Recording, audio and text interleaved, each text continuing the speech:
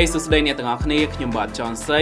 អញ្ចឹងនៅទីបំផុត Realme X2 Pro version សកលមានលក់នៅក្នុងប្រទេសយើងជាផ្លូវការហើយ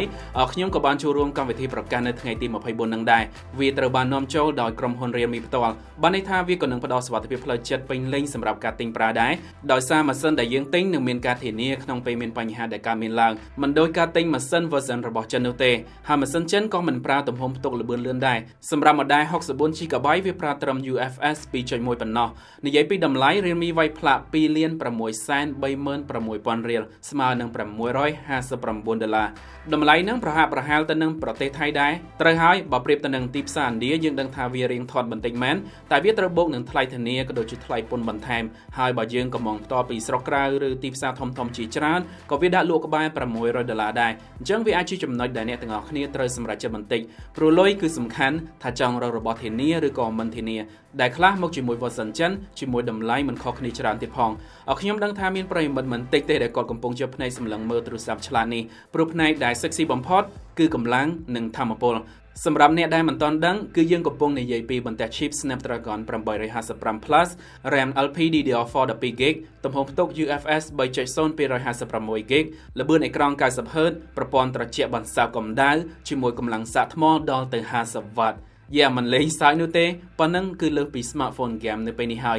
ថាមពលថ្ម 4000 mAh នៅលើនឹងក៏ប្រើបានយូរដែរបើយើងយកវាទៅអូសការងារធ្ងន់វាស៊ូបាន5ម៉ោងជាងលើអេក្រង់ជាប់បើប្រើត្រឹម game ស្រាលនៅមុខងារទូទៅវាអាចអូសបាន7ម៉ោងជាងលើអេក្រង់ជាប់ហើយនេះគឺខ្ញុំបើកល្បឿន refresh rate 90Hz រហូតទៀតផងបើទោះ X2 Pro មិនអាចសាកថ្មដោយឥតខ្សែបានតែបច្ចេកវិទ្យា SuperVOOC Flash Charge និងឆ្នាំងសាក 50W នឹងបុកថាមពលថ្មចូលយ៉ាងលឿនបំផុតពី0ដល់ 100% ចំណាយពេលមិនដល់35នាទីនោះទេពិតជាលឿន JM ហើយឬអាចថាបើយើងចិត្តអស់ថ្មដាក់វាសាកតែ15នាទីក៏បាន 50% ល្មមអាចប្រើហៀដល់យប់ដែរពិតជាអស្ចារ្យមែនទែនតែលឿនក៏ឡើងកម្ដៅគួរឲ្យកត់សម្គាល់វាមិនលើសទេយើងអាចដឹងនៅពេលដែលយកដៃស្ទាបកាន់ហើយបើនិយាយពីលឿន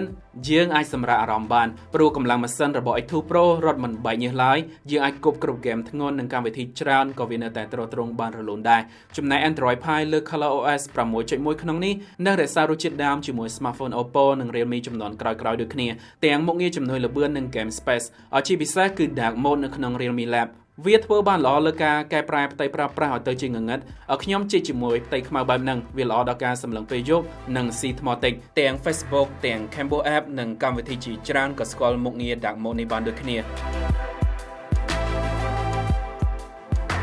រចនាប័ទ្មរបស់ X2 Pro បើមើលមួយផ្លែតយើងប្រកាសជាឃើញថាសាមញ្ញខ្លាំងមែនទែនស្របពេលដែល smartphone ដទៃកំពុងវាយម៉ូដកាមេរ៉ាច្រើនប្រភេទនិងដូរខ្នងច្រើនបែបតែទូរស័ព្ទនេះគឺធម្មតាកាមេរ៉ាទម្លាក់ជាជួរចុះក្រោមដាំអក្សរ AI កាមេរ៉ាឡើងទៅ flash និងដាំ logo Realme ជាប់ខាងស្ដាំ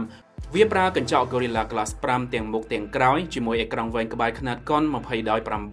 អញ្ចឹងវាផ្ដល់ឲ្យផ្ទៃបង្ហាញលាតទៅលើច្រើនវាល្អសម្រាប់ការអូសផ្ទាំង website ឬកម្មវិធីឃើញបានច្រើនលើអេក្រង់ដើមសម្រាប់ម៉ាស៊ីនដែលខ្ញុំទទួលបាននេះជាពណ៌សបែបគុជខ្យងហៅថា Luna White សាច់កញ្ចក់ខ្នងវារាងចាំងបដូរពណ៌នៅពេលដែលយើងរេទៅមកវាក៏មានពណ៌ខៀវមួយទៀតដែរហៅថា Neptune Blue ចំណែកពីរពណ៌ក្រៅផ្សេងទៀតដែលពិបាករកទិញគឺ Red Master និង Grey Master ព្រោះពួកវាជាប្រភេទ Limited Edition សូមបញ្ជាក់ថាទូរស័ព្ទនេះមិនមានអាវក្រោះការពារនោះទេហើយវាក៏មិនមានរុនបន្ថែម SD card បានដែររីឯកម្រាស់រាងក្រាស់គួរសមដល់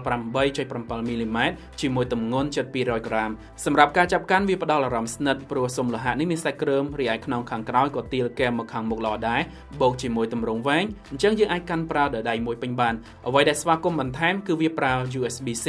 និងនៅតែបន្តផ្ដល់រន្ធដាតកាស 3.5 មីលីម៉ែត្រមកស្រាប់ផងដែរបើសិនជាមានកន្លែងណា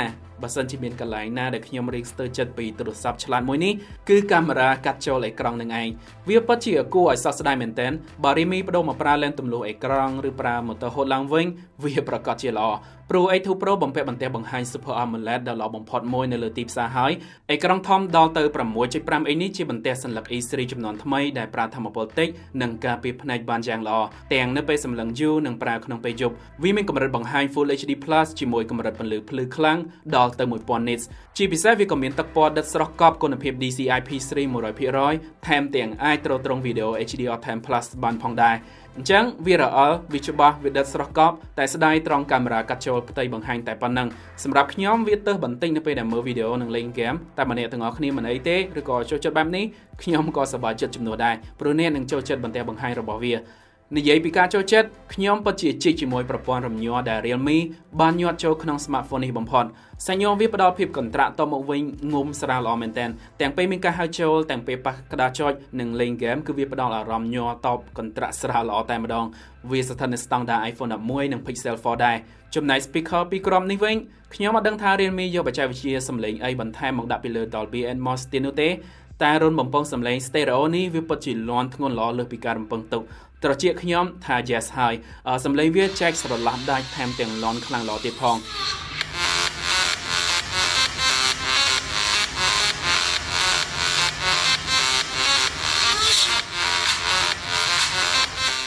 សម្រាប់ផ្នែកសុវត្ថិភាពយើងអាចប្រើ sensor scan ម្រាមដៃក្រោមអេក្រង់បានវាជាបន្ទះបង្ហាញ Goodix ចំនួន 3.0 ថ្មីដែលអានស្នាមម្រាមដៃបានរហ័សនិងដោះបានលឿនបំផុតផងដែរប្រើកាន់តែច្រើនវាកាន់តែស្គាល់ម្រាមដៃយើងកាន់តែត្រឹមត្រូវល្អហើយបានអ្នកខ្លះសឹកក្រយៅដៃហើយដោយសារដោះខាត់ច្រើនពេកអាចប្រើមុខងារដោះសម្គាល់តាមមុខបានតាមកាមេរ៉ាខាងមុខនេះវាជា lens ទំហំ16 megapixel aperture 2.0 ដែលផ្ដល់រូបភាព selfie បានយ៉ាងស្អាតវាងាយថតមុខខ្លួនឯងបានស្អាតដោយកាត់បន្ថយការលុបរូបខុសចោលបានច្រើនទាំងពណ៌ឲ្យបានដិតស្រស់និងកាត់ព្រាផ្ទៃខាងក្រោយបានផុសដាច់ល្អទៀតផងបើសិនមិនប្រើមុខងារសម្រស់វានឹងរក្សាសាច់មាត់នៃមុខបានកាន់តែច្រើនចំណែកពេលយប់វាទាញពន្លឺបានភ្លឺគួរសមមានអីបើទោះសាច់មាត់រីងជ្រុះខ្លះតែពណ៌នៅរក្សាបណ្ឌិតស្រស់ជាមួយមុខងារ Night Mode ជួយបន្ថែមផងដែរ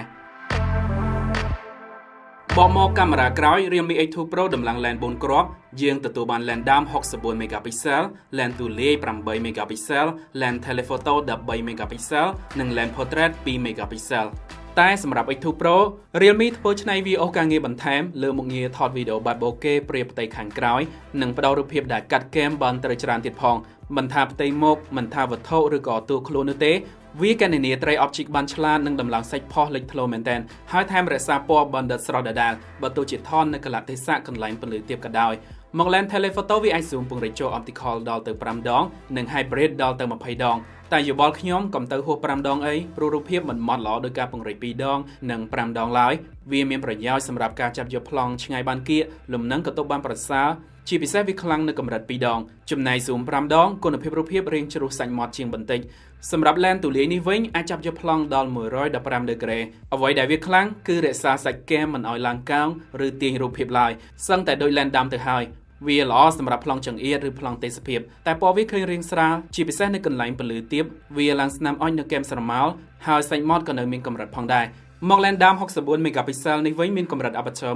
1.8 វាជា sensor របស់ Samsung Series GW1 អាចថាជា lens លំដាប់បង្គោលមួយដែលអាចចាប់យករូបភាពបានល្អគ្រប់កលៈទេសៈនៅពេលនេះរូបភាពផលិតចេញមកគឺ16 megapixel ជា quad layer ច្របាច់ពី4 pixel មកជា1 pixel អញ្ចឹងវាទាញសាច់មាត់បានច្រើនពណ៌ស្ទើរតែធ្វើបានឥតខ្ចោះទៅហើយវារក្សាបណ្ឌិតស្រស់ល្អបែបធម្មជាតិមិនរុញទឹកថ្នាំឲ្យឡើងលើសទេទាំងកម្រិត dynamic range និង contrast និងពន្លឺផលិតចេញមកស្របជាមួយប្លង់ដែលយើងកំពុងតម្រង់កាមេរ៉ាថតត្រូវហើយប្លង់ខ្លះក៏ឡើងស្នាមអុជដែរបើកែមវត្ថុមានស្រមោលខ្លាំងឬក៏ក្រោមថ្ងៃឆេះខ្លាំងវានឹងឃើញធ្លាក់ពណ៌ស្រាលច្រើនតែសមត្ថភាពប៉ុណ្នេះគឺល្មមហើយវាមិនធ្វើឲ្យយើងអន់ចិត្តនោះទេបើសិនជាចង់បានសាច់មាត់ខ្លាំងយើងអាចប្រើ Ultra 64 megapixel បានវានឹងផ្ដល់សាច់មាត់កាន់តែខ្លាំងអាចឲ្យយើង zoom ចូលបន្ថែមគ្រាន់តែវាស៊ីទំហំផ្ទុកធំនិងមិនស្គាល់មុខងារដទៃនៅក្នុងនេះឡើយចំណែកការថតពេលយប់វិញរៀងនៅមានកម្រិតបន្តិចទៅលើការបំបត្តិស្នាមអុជនិងទឹកគំនូរនៅគែមរូបភាពតែពន្លឺស្រូបបានភ្លឺជាមួយការរក្សាពណ៌បានស្រស់ល្អផងដែរNight Mode លើនេះអាចជួយទាញពន្លឺចូលបានច្រើននិងថែមពណ៌ដិត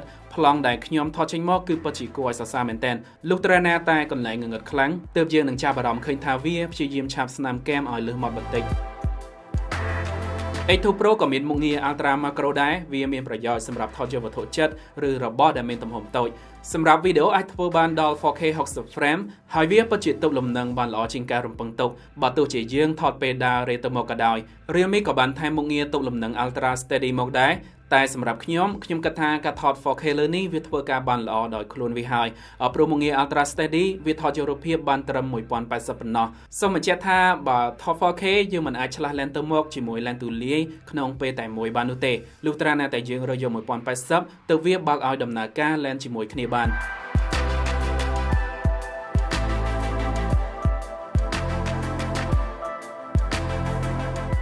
អ ចឹងធ្លាក់មកដល់ចំណុចដែលយើងត្រូវសម្រេចចិត្តបើប្រៀបទៅនឹងទូរស័ព្ទឆ្លាត$600ជាច្រើននៅលើទីផ្សារជាពិសេស OnePlus 7T X2 Pro រីកស្ថិតនៅចំណុចក្តៅជាមួយគ្នាបន្តិចបើយើងមើលលើតម្លៃនិងសមត្ថភាពជាក់ស្ដែងហើយបើប្រៀបមើលទៅផ្នែកខ្លាំង Realme X2 Pro មាន RAM ច្រើនជាងឆ្នាំងសាកខ្លាំងជាងកាមេរ៉ាច្រើននិង zoom បានឆ្ងាយជាងជាពិសេសវាមានរំដោតកាសនិងមានការធានាក្នុងប្រទេសពេញលេញទៀតផងវាជាទូរស័ព្ទកម្លាំងកំពូលមួយដែលពិបាកមករំលងបន្តិចហើយដូចនេះបើសិនជាអ្នកត្រូវការម៉ាស៊ីន$600មួយគ្រឿងដែលធ្វើការងារបានល្អគ្រប់យ៉ាងអ្នកអាចគិតគូរយក Realme X2 Pro ដាក់ក្នុងបញ្ជីទិញរបស់អ្នកបានវាជាទូរស័ព្ទឆ្លាតមានកម្លាំងស្មើទូរស័ព្ទហ្គេមតែមិនតាំងខ្លួនជាទូរស័ព្ទហ្គេមទាំងរូបរាងទាំងកាមេរ៉ានិងប្រព័ន្ធដំណើរការយ៉ាងណាក៏ដោយនេះជាការបង្ហាញរបស់ខ្ញុំតែការសម្រេចចិត្តពឹងផ្អែកលើអ្នកទាំងអស់គ្នាខ្លួនឯងហើយអូខេអរគុណសម្រាប់ការមើលវីដេអូនេះសង្ឃឹមថាអ្នកចូលចិត្តកុំភ្លេចចុច like និងចែករំលែកបន្តផងហើយខ្ញុំនឹងនិយាយទៅកាន់អ្នកទាំងអស់គ្នានៅវីដេអូក្រោយទៀត